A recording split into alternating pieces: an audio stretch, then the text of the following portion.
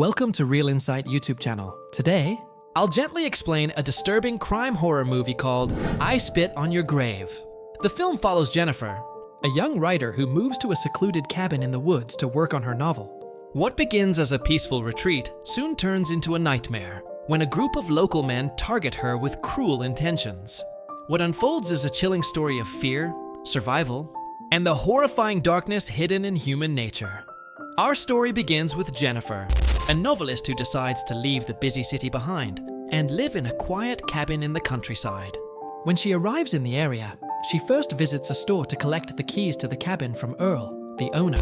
Earl gives her the key and directions to the isolated spot in the forest where she'll be staying. On the way, she stops at a small gas station. There, two men, Andy and Stanley, stare at her uncomfortably. A worker named Johnny comes forward to help her with fuel. Curious, he asks where she'll be staying, and Jennifer casually mentions her cabin. As she pays him, an accident occurs. Her foot bumps into a bucket, splashing water on Johnny's pants. Embarrassed, she apologizes and hands him money, but his friends laugh at the situation. Jennifer brushes it off and drives on, finally reaching her cabin deep in the woods. The cabin seems peaceful, and Jennifer begins writing. But strange things start happening. One night, while talking to a friend, she notices a nearby shed with its door open. When she checks, she finds tools and a box of poisonous powder inside. Uneasy, she closes the shed and returns to her cabin. Later, while writing, her beer spills, and as she goes inside to clean herself, an unknown figure watches her silently from the window. The next morning, while jogging through the forest, Jennifer stumbles upon an old abandoned house. It's empty, dusty, and unsettling. Back at her cabin, another problem arises. Her water tap runs dry. She calls for help, and soon Matthew, a simple and shy handyman, comes to fix the pipe. Grateful, Jennifer thanks him with a light kiss on the cheek. Flustered, Matthew runs away, too shy to respond. That evening, Matthew goes fishing with Stanley, Johnny, and another man called Daddy. Excited, he tells them about the kiss, but Johnny doesn't believe him until Stanley reveals that he secretly recorded Jennifer through her window. This fuels Johnny's twisted anger. He decides Jennifer must be taught a lesson, and his friends agree to join him. That night, Jennifer is woken by strange noises at her door. Opening it, she finds a dead bird left as a warning. Shaken, she runs inside, only to discover her laptop filled with photos of the men. Suddenly, Johnny, Stanley, and Andy appear in her cabin, cornering her. Jennifer tries to defend herself, lying that her boyfriend is on his way. But Johnny mocks her, claiming he knows the truth. To humiliate her further, he drags Matthew inside, pointing out the kiss. Jennifer insists it was just gratitude, but Johnny twists her words, accusing her of being a city girl who wants more. The men hand her a bottle of alcohol, demanding she drink if she wants them to leave. Terrified, she drinks, but they don't stop. Johnny forces a baseball bat into her mouth, making her bare her teeth, then pulls out a gun, cruelly making her kiss it as if it were her boyfriend. Even Matthew, who had admired Jennifer, turns his face away, uncomfortable with the abuse. The situation escalates when Andy tries to shove a bottle in Jennifer's mouth. Desperate, she fights back, spraying Stanley in the eyes with pepper spray and running into the forest. She flees all night, terrified and exhausted. By morning, Jennifer stumbles upon two men on the road. One of them is Earl, the man who gave her the cabin keys. She begs for help, shaken and broken. The second man introduces himself as the local sheriff and assures her not to worry. After Jennifer's escape, the sheriff pretends to help. He sends Earl to the other side of the forest while he takes Jennifer back to her cabin. There, he finds one of her beer bottles and dismisses her claims, suggesting she's imagining everything due to drinking. Jennifer insists she's telling the truth, that the men tried to assault her. But the sheriff reveals his true face. Under the pretense of searching her, he begins touching her inappropriately.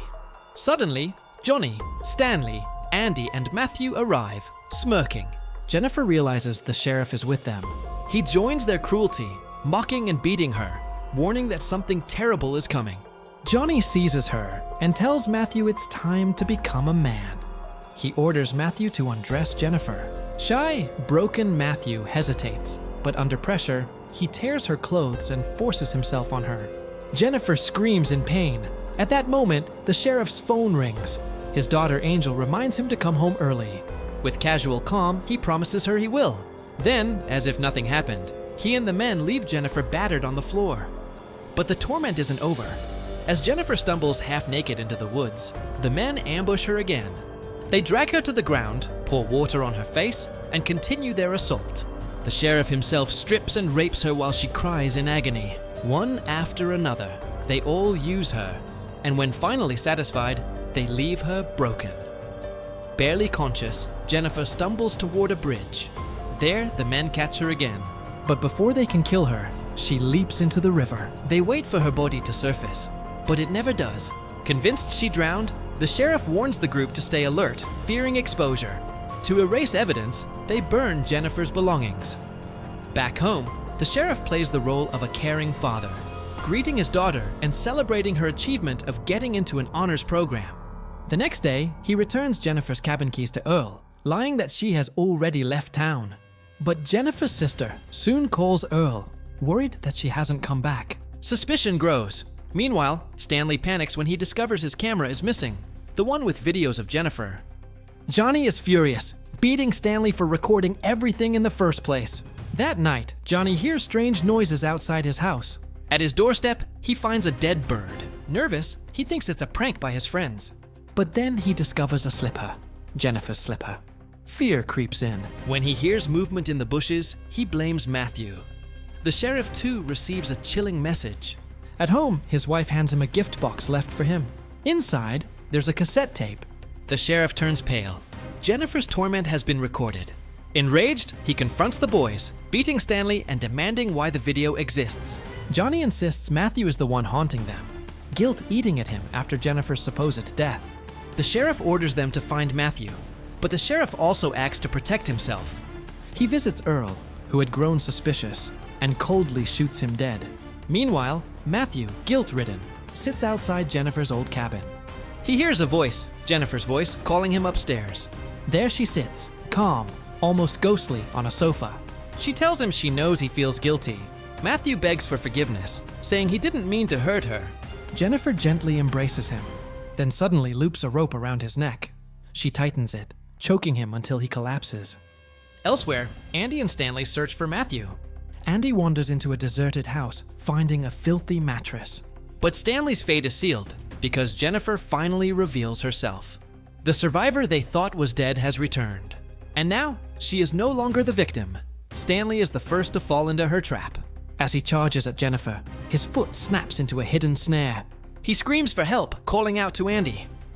Andy rushes over, but before he can react, Jennifer ambushes him from behind, striking him down. Both men are now at her mercy. When Andy regains consciousness, he finds himself balanced helplessly on a bathtub, supported only by a stick. Beside him, Stanley has been tied to a tree. Jennifer records the moment, taunting them. For Stanley, the torture begins with a live rat shoved against his mouth.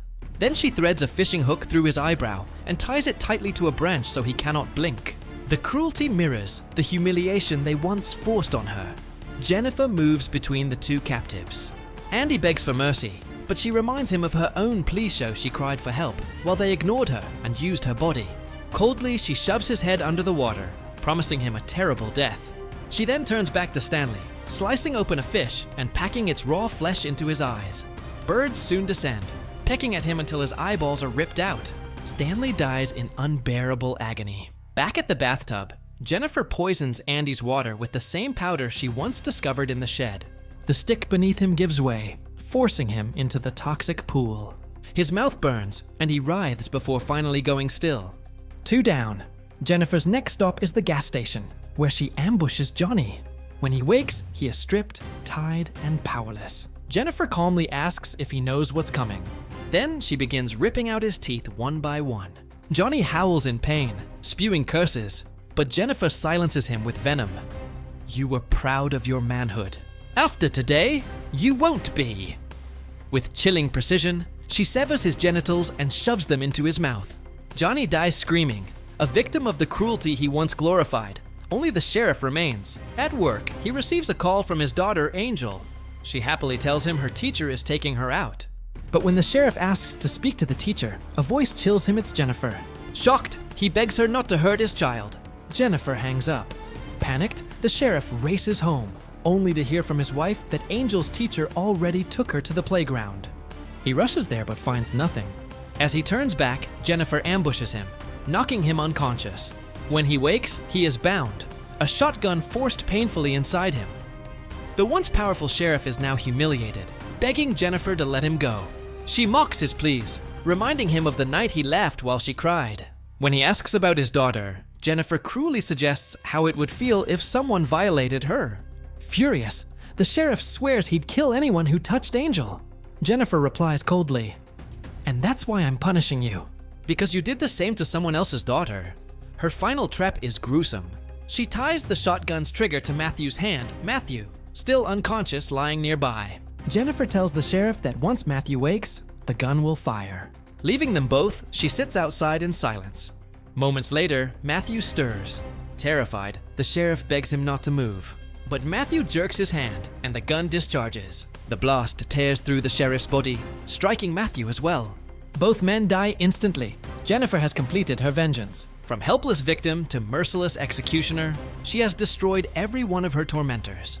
As the dust settles, Jennifer walks away, bloodied but unbroken. And that's the brutal conclusion of I Spit on Your Grave. Jennifer's revenge is as horrifying as the crimes committed against her, leaving us with a chilling reflection on pain, justice, and the dark depths of humanity. If you enjoyed this explanation, don't forget to check out more movie breakdowns here on Real Insight. Until next time, bye-bye.